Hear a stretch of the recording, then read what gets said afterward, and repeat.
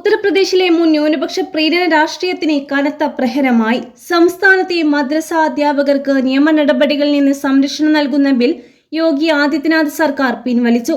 അഖിലേഷ് യാദവിന്റെ നേതൃത്വത്തിലുള്ള മുൻ സമാജ്വാദ് പാർട്ടി സർക്കാർ 2016 ഈ ബിൽ പാസാക്കിയത്. ഭരണഘടനയിൽ ഉൾപ്പെടുത്തിയിരിക്കുന്ന തുല്യതാ തത്വത്തിന്റെ ലംഘനമാണ് മദ്രസ അധ്യാപകർക്ക് പ്രത്യേക അവകാശങ്ങൾ നൽകുന്ന ബില്ല് എന്ന് ന്യൂനപക്ഷ ക്ഷേമ മന്ത്രി ഓം പ്രകാശ് രാജ്ഭർ പറഞ്ഞു.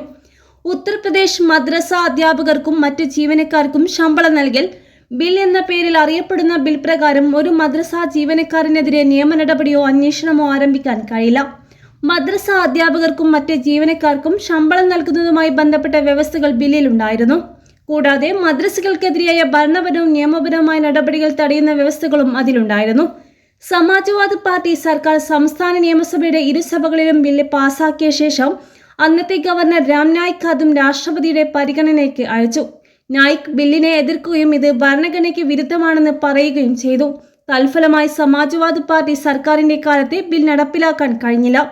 ഉത്തർപ്രദേശ് തെരഞ്ഞെടുപ്പിൽ BJPക്ക് മികച്ച ഭൂരിപക്ഷം ലഭിക്കുകയും 2017 സർക്കാർ രൂപീകരിക്കുകയും ചെയ്ത ശേഷം രാഷ്ട്രപതി ബിൽ തിരിച്ചയച്ചു. ബില്ലിലെ പ്രധാന നിയമപരമായ പിഴവുകൾ കാരണം ഭരണഘടനയ്ക്ക് അനുസൃതമായ ഒരു പുതിയ ബിൽ അവതരിപ്പിക്കാൻ കേന്ദ്ര സർക്കാർ സംസ്ഥാന സർക്കാരിനോട് ആവശ്യപ്പെട്ടു. ബിൽ പിൻവലിക്കാനുള്ള നിർദ്ദേശം ഉത്തർപ്രദേശ് മന്ത്രിസഭ ഇപ്പോൾ അംഗീകരിച്ചു. അതിനു പുറമെ അനുബന്ധ ബജറ്റിനൊപ്പം 24 നിർദ്ദേശങ്ങളും സംസ്ഥാന മന്ത്രിസഭയുടെ പക്കലുണ്ട്.